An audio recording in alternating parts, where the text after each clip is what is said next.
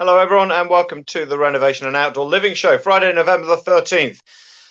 Good to see you. I've just had a bit of a technical meltdown. I couldn't get my computer to work for the show today, so I ended up setting this up through my phone, which is fine. It's working. You can see me and hopefully hear me, and I can't see any of you, and that's the way TV works. However, then I've propped the telephone up here. Hello, right up here. It's on my computer screen. And then just beforehand, I was trying to access the chat function so I could see if you guys make comments. And I'm on my mouse, desperately trying. I cannot work out why the mouse isn't working. And then I realized actually it's because I'm on my phone. Although my computer, anyway, doesn't matter. It's called being 50. Now, anyway, good to see you again. So we're a country, if you're watching from Australia or the US or the UK, you probably know that we in New Zealand, again, are a country on COVID tenterhooks again.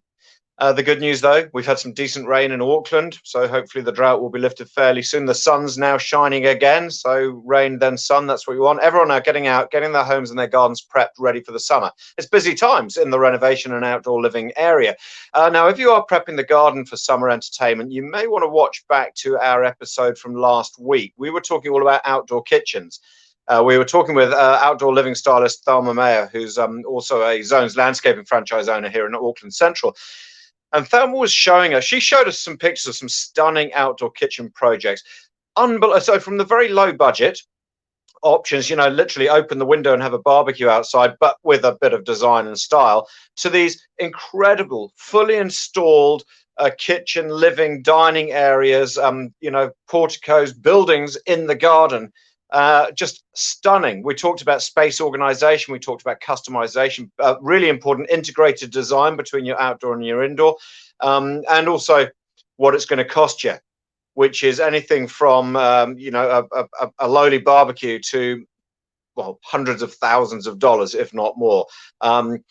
We also last week announced our competition giveaway. Okay, this is all about the outdoor kitchen stuff. This was the Weber Baby Q1000 barbecue. Awesome little barbecues. Chuck them in the car, chuck them in your camping gear, or just use them at home. Our friends at Outdoor gave it to us. I'm going to tell you later on in the show, if you don't know how to win it, how you can enter the draw to win that, because we'll be doing the draw next week. I'll tell you about that later. So to today, though, extending your home. Don't get frightened, don't get worried. It is surely the most expensive renovation project most of us will ever take on. Needs a lot of forethought. Needs a lot of expert help. Nobody surely would ever try and do this without ringing the experts, ringing someone like Tom Matthews.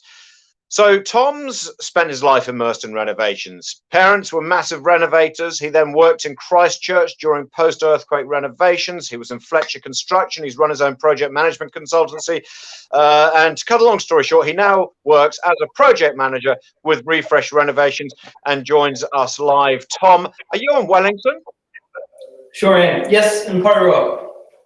Yeah, well, it's good to see you at work, because I thought Wellington full of bureaucrats didn't work on Fridays. But anyway, you're at work because, hey, it's busy times, isn't it? I mean, but before we get to today's time, tell me about those early years. I mentioned the fact that you were surrounded by parents who are always doing renovation projects. Do you think that's what has influenced you to end up what you're doing now? Quite possibly. Yeah, well, kind of always grew up around mum and dad, working around the house every weekend. Always brush in hand or trying to finish off the deck or get the sparkle going, that sort of thing. So, yeah, that's part of my upbringing is carting stuff to the bin and sweeping up and trying to look after the ground. So let me get this right. No attention, being made to do all the really crap jobs. Parents always doing DIY. It sounds like a fairly typical Kiwi upbringing, to be honest. But this is the interesting thing. I mentioned Christchurch just now because you were doing your economics degree there when the earthquake struck. Again, how do you think that influenced you to go down this path? Or at this stage, were you thinking, actually, building stuff is what we have to do? Yeah, no, I've always been interested in making stuff. A pretty big passion for working in the workshop. Doing cabinet making, a little bit of welding, and getting and expanding my kind of skills as a hobby. But yeah, as some of us do, ended up just going to university for lack of a better idea.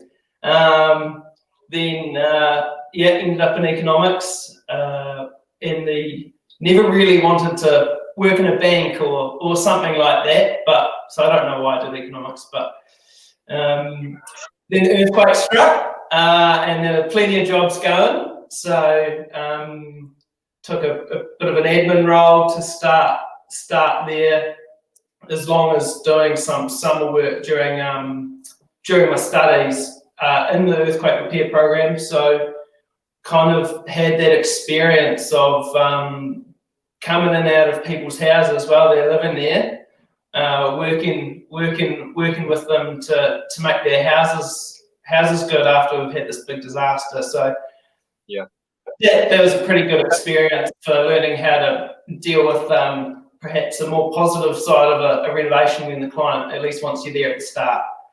Yeah, and being and very quickly moving to that project management side of things is that's key. It's key when you're doing a big renovation that it's really well managed. Let's start off by talking about, in what you're doing today, let's talk about purpose. Because as I said, this is a massive undertaking for any of your clients. You need to start with purpose. Absolutely. So you know, we come across clients with differing ranges of experience and understanding of the reasons why and how extensions are done. And it's, you know, we're talking hundreds of thousands of dollars here. So to get off on the right start, we need to understand why and what we want to see at the end of the project. To set off wrong with perhaps the wrong ideas can cost a bit of time and money, and you know, an ill-considered design can be a bit upsetting.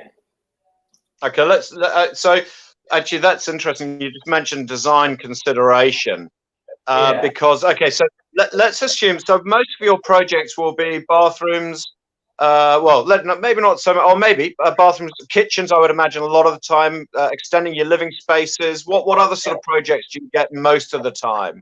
So often we're come across clients who want to update their house for the modern living style, which means, you know, a lot of houses around Wellington are 3 bedrooms, 1 toilet, and they need to go, right, families come in, or we've already got a family, and we can't find the right house out there in the market. We've got to commit to what we've got now. We've got to make it work for us.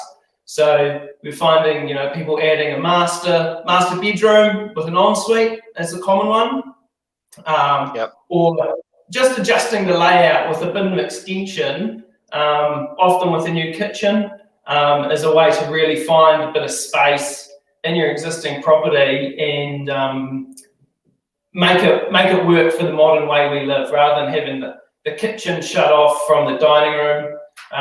With a little extension, often you can just make that work really well. And another thing that's quite popular at the moment is making room for Nana or Granddad to move in. Yeah. So a granny flat, or converting the garage, or something like that for your Nana to move in, or it's an Airbnb opportunity maybe. Yeah, how do you convert the garage? Where do you put all your crap? See, that's the problem. I then have to do another extension just for all the crap which lives in the garage. I get that. Hey, so you mentioned, just before we were talking about the various different spaces which you do, you mentioned design consideration. Tell us about this and what is so important about this. What's so important is it takes a long time, especially with everyone so busy at the moment, especially architects, engineers, city council. So it takes a long time to work through the designs and get to that point where we even start doing the work. So the more we can think about getting that design locked down, understanding why we want to make this investment. It saves untold pain and heartbreak of redoing designs. You know, sometimes they can cost up to 10% of the whole project. So keeping on top of that, and then also the more refined the design is, the smoother the project's going to run. Because I mean, it's really hard, isn't it? How often do you find that you go through all this design consideration, you get to your end plan, once you're 2/3 of the way through your project, suddenly they're starting to add the extra features. I know one thing is normally people are trying to cut back because they realize how expensive it's going to be, but then they start adding extra features. How difficult is that for you guys? It's sometimes it can be difficult. See, we're looking at this project in Upper Hutt that we completed. It's called an orangery, and we're looking at that beautiful Quila deck and the veranda to the right there. For example, that wasn't on the original brief of this project. It's something we can accommodate, absolutely. But it's easier to understand it before we start. Yeah. But something like that's not too bad. But if we get halfway through the design and you just decide, actually, halfway through the building, you decide we want a new kitchen, we've kind of got to put the brakes on and try again. Yeah, that would make it really hard. And also, I think people have no idea how long these things can take as well. This is something which I've discovered, is you think you're just doing a really small job, and actually, it can take, you may have a team of just a couple of guys on site, a lot of the time it can That's often take an awful long time. Yeah, it's it'd be great to be able to pile a bunch of a good, well-oiled team onto site and smash through all the work all at once and be over and done in a few weeks. But with the renovations, there's never often that much room on site to have all those guys there. And then it just takes a bit of time to use the brain to figure it all out. And it's going to cost you a lot of money, isn't it? Because there's often when people are going to be waiting for others to finish what they're doing, and so the costs escalate, don't they? And of course, we know the biggest barrier or the biggest fear people have, and this is from a Refresh survey which was done earlier in the year. The biggest fear people have of renovation is cost blowout. Yeah. No, and that comes back to, as we were talking before, those working through that design, understanding the brief, understanding what sort of finish we're aiming for, and if it does go well, we think hard about the design and getting the specification right, and we don't have any hiccups. You can carry on like this project here and add the nice finishing touches, which just make the project look that much smarter at the end, where it looks absolutely like it was always there and it's completely finished. Yeah, see that's. Are you always pretty confident? I mean, okay, if they're going to add that massive Quila decking, the costs are going to go up. But are you always pretty confident with the systems you apply that your costs are going to be pretty well adhered to, as long as the client doesn't change their mind? Usually, we're very confident. Actually, we're getting a bit of word in the current 2020 environment. There's a bit of supply issues. Haven't been caught by any price changes, but the way we deal with our clients is everything's a fixed price before we do the work. We consult with them before we start. So with that deck, we agreed to price with our timber supplier before we presented that change order to the client. So there was no risk of the price changing there for the client. That's something we do quite commonly. What's involved in the end result? The end result of a renovation, of a extension renovation. Yeah. Yeah. So most of them, it's almost like building a new house. So not to the same extent, we're going to build a 200 square metre house, but you still need, in most extensions, foundation, walls, a roof, cladding, windows, internal finishes. So you still need tiles or carpet or gerb or all that stuff that you see the builders put into a new house. That's you've got to start again and all add that. So it takes a bit of putting together. But also, you've probably knocked through, and it would probably be a great deal easier just to build a new wall rather than having to adjust an existing wall. And in this situation here, I mean, I presume they've put that these windows and this doorway, was that a door? That was the outside wall originally, was it, where the doors and the windows are there? Now that used to have weatherboards on it, and that used to be the outside of the house. So the window, the stacking window on the right, that was always there. And then the French doors on the left, those are new. So that was previously a little window before.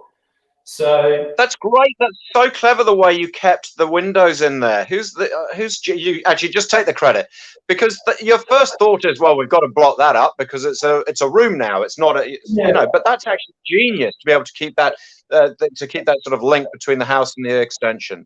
Yeah, it's quite a special space that it's an orangery, which is possibly more common in the UK than in New Zealand.